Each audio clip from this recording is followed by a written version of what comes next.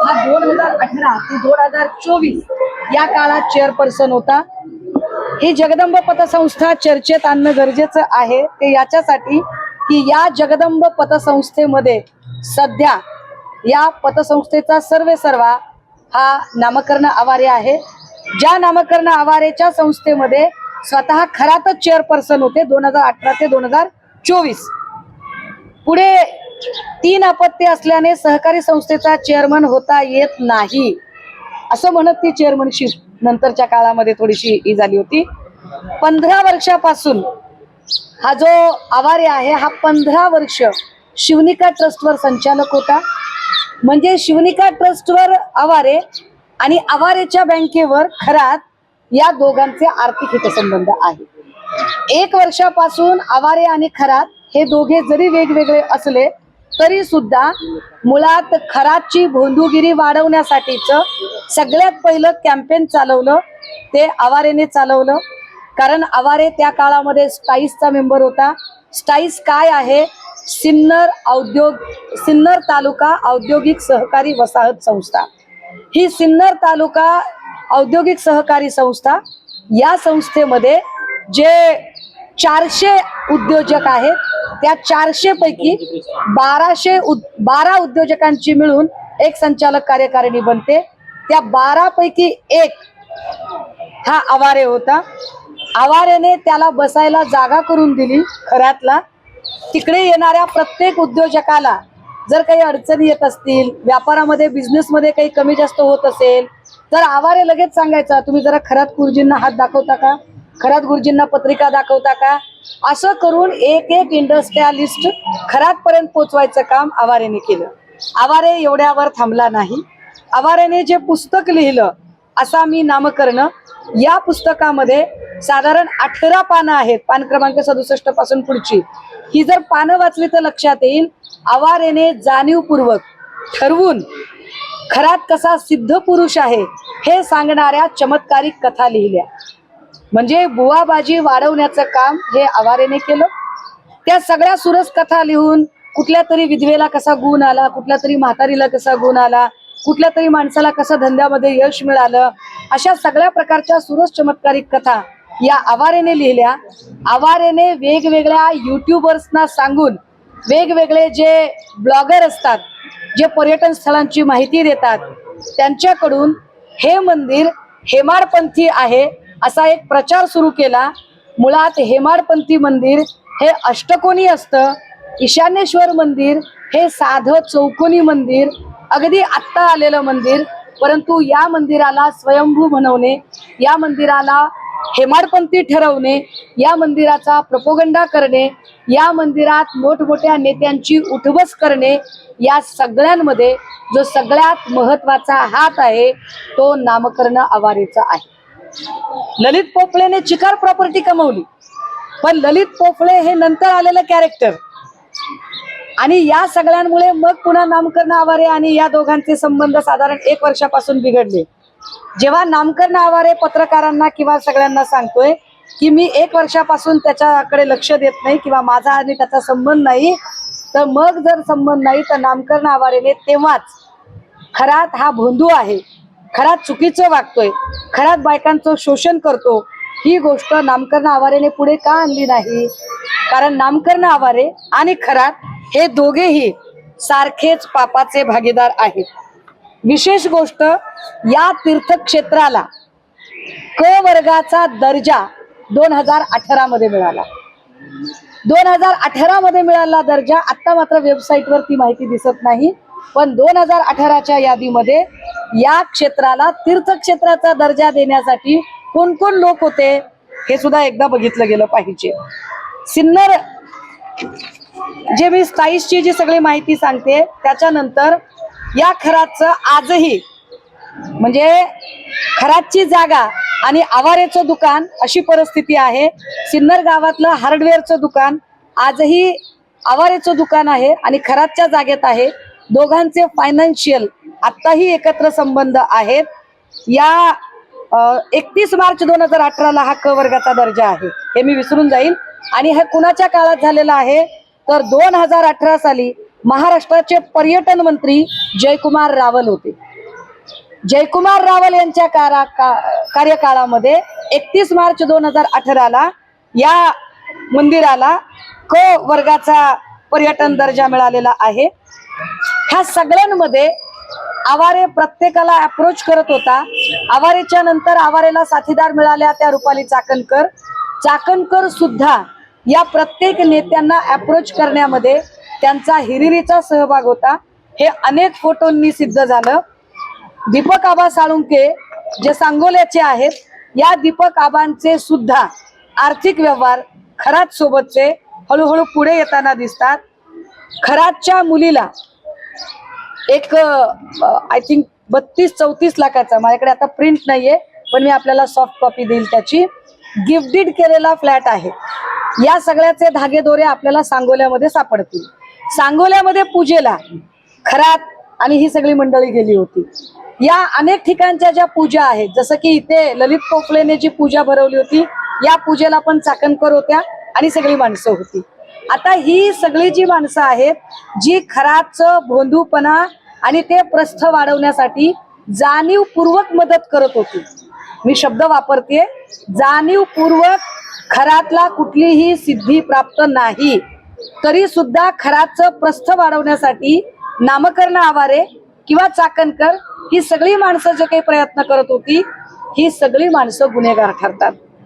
आता एवढे सगळे पुरावे देताना काल चाकणकरांच्या वतीने एक कोणीतरी वकील, कोणी काय माणूस तो काय, त्या माणसाचं असं म्हणणं पडलं की चाकणकरांनी ऑलरेडी खेमनरला पत्र दिलं होतं आणि चाकणकरांनी सांगितलं होतं की त्याने मोगम माहितीच्या आधारे केलेलं आहे म्हणून त्याचं वर्तमानपत्र बंद व्हावं, असं एक पत्र त्यांनी अधीक्षकांना दिलं. पण आमचा पुन्हा एक प्रश्न आहे, चाकणकर बाईंनी असंच एक पत्र अधीक्षकांना द्यायला हवं होतं की खराच्या संबंधाने मला माहिती प्राप्त होत आहे आणि खराची चौकशी करा. काय खरात खरंच महिलांचं शोषण करतो का, त्याची चौकशी झाली पाहिजे, असं पत्र चाकणकरांनी पोलीस अधीक्षकांना का दिलं नाही त्या काळात. चाकणकरांना सगळी परिस्थिती माहीत असताना चाकणकरांनी गुन्हेगाराला पाठीशी घातलं. एवढं सगळं सत्य असताना आता मला प्रश्न पडतोय की SIT अजूनही चाकणकरांना चौकशीला का बोलावत नाही. जेव्हा माध्यमांकडून माहिती मिळते की चाकणकरांना समन्स गेलेलं आहे पण चाकणकर मी महिला असल्या कारणाने प्रवास करू शकत नाही अशी माहिती आम्हाला माध्यमांकडूनच कळते. मग तुम्हाला दर 15 दिवसाला जेव्हा तुम्ही नाशिकला जात होतात तेव्हा तुम्ही महिला नव्हतात का. आयोगाची सगळी महत्वाची कामं सोडून जेव्हा तुम्ही नाशिकला जात होतात तेव्हा तुम्हाला हे कारण पुरेसं नव्हतं का. त्यामुळे चाकणकरांची चौकशी करणार आहात की नाही, आणि जर चाकणकर जर समन्सला अशा पद्धतीने उत्तर देत असतील तर याचा अर्थ हा SITचा अवमान आहे, हा कर्तव्यदक्ष अधिकाऱ्यांचा अवमान आहे. काय कर्तव्यदक्ष अधिकारी हा अवमान सहन करत आहेत का, एक बार. दुसरं असं, जयकुमार रावलांची सुद्धा चौकशी झाली पाहिजे. कारण जयकुमार रावलांच्याच काळात 2018ला पर्यटन दर्जा, कोणत्या निकषाने पर्यटन दर्जा दिला. कारण हेमाडपंथी मंदिर आहे असं जे काही सांगितलं गेलं तर हे मंदिर अजिबात हेमाडपंथी नाही. हेमाडपंथी मंदिर अष्टकोनी असतं, हे साधं चौकोनी मंदिर, अगदी आत्ता तयार झालेलं मंदिर. याला पर्यटन दर्जा कोणत्या आधारे दिला. कारण पर्यटन दर्जा मिळाला म्हणून नंतर त्याला वेगवेगळे निधी मिळाले, पर्यटन दर्जा होता म्हणून त्याला वेगवेगळ्या सुविधा मिळाल्या. मग जयकुमार रावलांनी हे कशाच्या आधारे केलं हे एकदा स्पष्ट झालं पाहिजे. केसरकरांकडून माहिती मिळालीच पाहिजे की ही सगळी माणसं कोण कोण आहेत आणि कुठली कुठली आहेत ती. त्याच्या प्रॉपर्टीचे आम्ही म्हटलं होतं की स्रोत तपासले जावेत. ते स्रोत तपासताना मी असं म्हटलं होतं की रोह्यामध्ये चाकणकरांचे यजमान निलेश चाकणकर, या निलेश चाकणकरांची आणि आकाश चौधरीची प्रॉपर्टी एकत्रित आहे.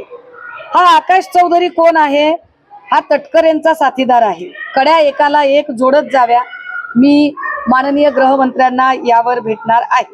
याच्या सुद्धा सगळ्या सॉफ्ट कॉपीज मी आपल्याला द्यायला तयार आहे. याच्यातली गंमत अशी आहे की तटकरे फॅमिली अत्यंत हुशार आहे, अत्यंत विद्वत्त फॅमिली आहे ही, की या फॅमिलीने ज्या पद्धतीने कंपन्या स्थापन केलेल्या आहेत बघा, तटकरेंचा राईट अँड लेफ्ट हँड आहे राजस्थान मधून इकडे आलेला आकाश चौधरी. हा राजस्थानी माणूस आहे मुळात. या आकाश चौधरीच्या हवाल्याने सगळे कारभार होतात मतदारसंघातले. किती कंपन्या, एक गीतामृत ॲग्रो नावाची कंपनी आहे जी आदिती तटकरे आणि आकाश चौधरीच्या नावे आहे. मी हे का सांगते, त्याचं कारण असं आहे, मला कडी जोडायची. चाकणकर खरातच्या जवळच्या आहेत. चाकणकरांच्या यजमानाची कंपनी आहे. ती कंपनी आकाश चौधरीच्या सोबत आहे. आकाश चौधरी हा तटकरेंचाच माणूस आहे हे एस्टॅब्लिश करणारे हे सगळे पुरावे आहेत. गीतामृत ॲग्रो, आदिती तटकरे आणि Akash Chaudhary. Estate private limited, Aditi Tatkare आणि आकाश चौधरी. गीता ॲग्रो इन्फ्रास्ट्रक्चर, आदिती तटकरे आणि Akash Chaudhary. Multi venture estate private limited, Aditi Tatkare आणि आकाश चौधरी. गमतीदार पुढेच आहे. गमतीदार काय आहे की आता अनिकेत तटकरे आणि आकाश चौधरीच्या काही कंपन्या आहेत आणि नावं तीच आहेत, फक्त शब्द मागे पुढे आहेत. अनिकेत तटकरे आणि आकाश चौधरी यांचं आता बघा, इकडे वर जर गीतामृत ॲग्रो असेल आदिती तटकरेची कंपनी, तर अनिकेत तटकरेची कंपनी काय आहे, गीतामृत प्रायव्हेट. नावं तीच, फक्त कुठे प्रायव्हेट कुठे पब्लिक नाव केलं. स्वर्गामृत एक नाव आहे. आणि अनिकेत तटकरे आणि Akash Chaudhary. Multi venture properties private limited, Aniket Tatkare Akash Chaudhary. Ocean pearl maritime private limited, Aniket Tatkare Akash Chaudhary. Karma construction company, Akash Chaudhary Nilesh Chakankar. ये रिश्ता क्या कहलाता है, उत्तर त्यांनी द्यावी. ह्या सगळ्या जर कंपन्या एकत्रित बघितल्या तर ही सगळी कडी मला आता मुलुंडचे HD व्हिडिओ स्पेशालिस्ट किरीट सोमय्याची मदत पाहिजे. किरीटजी, तुम्ही फार ईडीची आणि तुमची ओळख आहे. तुम्ही फार कागदपत्र काढण्यात पटाईत. कधीतरी मित्रपक्षांची पण कागदपत्र काढा ना, माझी मदत करा. तुमची ओळख आहे ईडी मध्ये. चला माझ्यासोबत EOWच्या ऑफिसला. आणि ह्या सगळ्या कंपन्या, आदिती तटकरे आणि अनिकेत तटकरे, 1 एकर मध्ये 100 एकरचं उत्पादन निघेल अशा पद्धतीचा आर्थिक व्यवहार, हे जे सगळं आहे हे सगळं कधी दाखवणार. नाफेडची एक कंपनी आहे, कांदा निर्यातीची कंपनी, जी खरातच्या बायकोच्या नावावर आहे. व्यंकटेश प्रोड्युसर कंपनी, कांदे उत्पादकाची, ज्याच्यावर सदस्य अशोक खरातची बायको आहे आणि अध्यक्ष आहे सौरभ काशीनाथ भरके. ब्लॅक मनी व्हाईट करण्यासाठीच्या या कंपन्या आहेत. किरीटजी, तुम्हाला जास्त कळत असेल, जरा लक्ष द्या इकडे. नांदूर शिंगोटेला ज्या काही कांद्याच्या चाळी आहेत, या सगळ्या चाळींवर सत्ता कुणाची आहे, खरातचा या कांद्याच्या चाळीशी काय संबंध आहे, हे ब्लॅकचं व्हाईट करणं किती दिवसांपासून चालू होतं. 16 वर्षापूर्वी जर पहिली शोषणाची केस घडली तर या मधल्या सगळ्या काळातल्या हा सगळा पैसा कुठे गेला, या पैशाचं काय, यावर सुद्धा चर्चा झाली पाहिजे. मला EOW आणि माननीय गृहमंत्री या दोघांनाही भेटून या सगळ्यांचे पुरावे मी द्यायला तयार आहे. आणि या सगळ्या संबंधाने असणारी कागदपत्र, ज्याचे धागेदोरे सांगोल्याचे दीपक आबा साळुंके इथपर्यंत जातात, इथपर्यंतच्या लोकांच्या आता चौकशा होणं गरजेचं आहे. आणि विसरायला नको म्हणून पुन्हा एकदा, केसरकर, तुम्ही म्हणालात की मी मुख्यमंत्री शिंदे साहेब असताना त्यांना मंदिरात घेऊन गेलो, म्हणजे तुम्हाला शिंदे साहेब हे खरातचे सगळ्यात मोठे भक्त आहेत असं म्हणायचं आहे का, हे एकदा तुम्ही स्पष्ट केलं पाहिजे.